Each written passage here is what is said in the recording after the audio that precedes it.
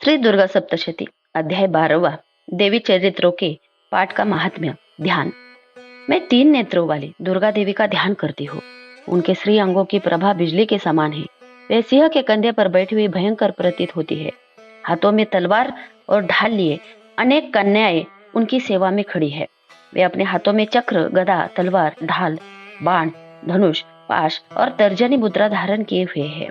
उनका स्वरूप अग्निमय है तथा वे माथे पर चंद्रमा का मुकुट धारण करती है। देवी बोली, देवताओं, जो एकाग्रचित्त होकर प्रतिदिन इन स्तुतियों से मेरा स्तवन करेगा, उसकी सारी बाधा मैं निश्चय ही दूर कर दूंगी। जो मधु कैटभ का नाश, महिषासुर का वध तथा शुंभ निशुंभ के संहार के प्रसंग का पाठ करेंगे तथा अष्टमी, चतुर्दशी और नवमी को एकाग्रचित्त होकर भक्ति पूर्वक मेरे उत्तम महात्म्य का श्रवण करेंगे, उन्हें कोई पाप नहीं छू सकेगा। उन पर पाप जनित आपत्तियां भी नहीं आएंगी। उनके घर में कभी दरिद्रता नहीं होगी तथा उनको कभी प्रेमी जनों के विछोह का कष्ट भी नहीं होगा।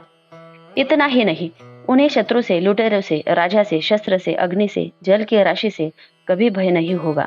इसीलिए सबको एकाग्र चित्त होकर भक्ति पूर्वक मेरे इस महात्म्य को सदा पढ़ना और सुनना चाहिए। यह परम कल्याणकारक है। मेरा महात्म्य महामारी जनित समस्त उपद्रवों तथा आध्यात्मिक आदि तीनों प्रकार के उत्पातों को शांत करने वाला है। मेरे जिस मंदिर में प्रतिदिन विधि पूर्वक मेरे इस महात्म्य का पाठ किया जाता है, उस स्थान को मैं कभी नहीं छोड़ती। वह सदा ही मेरा सन्निधान बना रहता है। बलिदान, पूजा, होम तथा महोत्सव के अवसरों पर मेरे इस चरित्र का पूरा पूरा पाठ और श्रवण करना चाहिए। ऐसा करने पर मनुष्य विधि को जानकर या बिना जाने भी मेरे लिए बलि, पूजा या होम आदि करेगा, उसे मैं बड़ी प्रसन्नता के साथ ग्रहण करूंगी।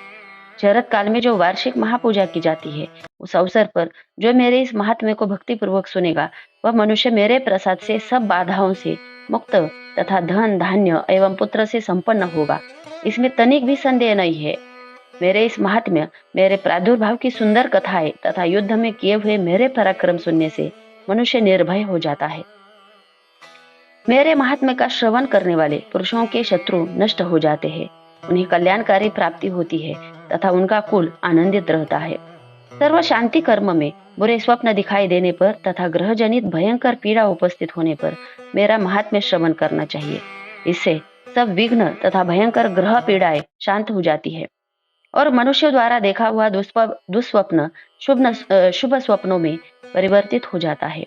बाल ग्रहों से आक्रांत हुए बालकों के लिए यह महात्म्य शांतिकारक है तथा मनुष्यों के संगठन में फूट होने पर यह अच्छी प्रकार मित्रता कराने वाला होता है। यह महात्म्य समस्त दुराचारियों के बल का नाश करने वाला है। इसके पाठ मात्र से राक्षसों, भूतों और पिशाचों का नाश हो जाता है। मेरा यह सब महात्म्य मेरे सामीप्य की प्राप्ति कराने वाला है।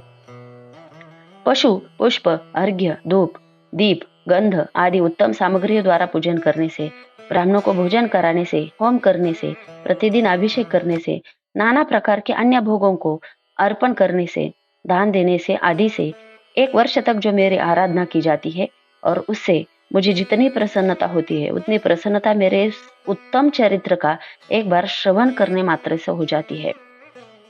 यह महात्म्य श्रवण करने पर पापों को हर लेता है और आरोग्य प्रदान करता है। मेरे प्रादुर्भाव का कीर्तन समस्त भूतों से रक्षा करता है तथा मेरा युद्ध विषयक चरित्र दुष्ट दैत्यों का संहार करने वाला है। इसके श्रवण करने पर मनुष्यों को शत्रु का भय नहीं रहता। देवताओं, तुमने और ब्रह्मर्षियों ने जो मेरी स्तुतियां की है तथा ब्रह्मा जी ने जो स्तुतियां की है, वे सभी कल्याणमयी बुद्धि प्रदान करती है।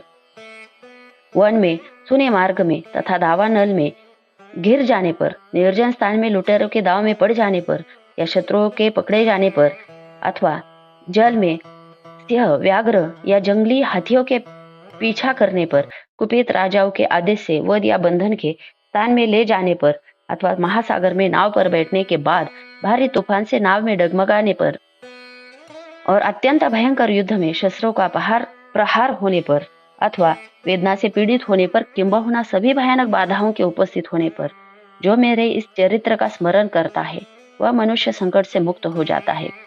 मेरे प्रभाव से सिंह और सिंहक जंतु नष्ट हो जाते हैं तथा लुटेरे और शत्रु भी मेरे चरित्र का स्मरण करने वाले पुरुष से दूर भागते हैं। ऋषि कहते हैं, यह कहकर प्रचंड पराक्रम वाली भगवती चंडिका सब देवताओं को देखते देखते वही अंतर्धान हो गई। फिर समस्त देवता भी शत्रुओं के मारे जाने से निर्भय हो पहले की भांति यज्ञ भाग का उपभोग करते हुए अपने अपने अधिकार का पालन करने लगे।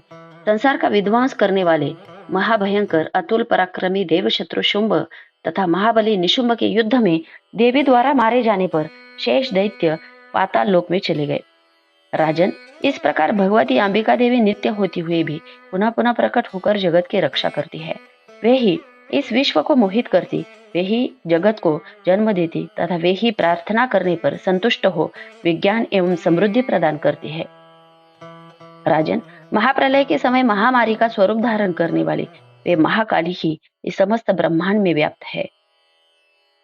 वे ही समय समय पर महामारी होती और वे ही स्वयं अजन्मा होती हुई भी सृष्टि के रूप में प्रकट होती है। वे सनातनी देवी ही समयानुसार संपूर्ण भूतों की रक्षा करती है। मनुष्य के अभ्युदय के समय ही घर में लक्ष्मी के रूप में स्थित हो उन्नति प्रदान करती है और वे ही अभाव के समय दरिद्रता बनकर विनाश का कारण होती है। पुष्प, धूप और गंध आदि से पूजन करके उनकी स्तुति करने पर वे धन, पुत्र, धार्मिक बुद्धि तथा उत्तम गति प्रदान करती है। अध्याय 12वां संपूर्णम।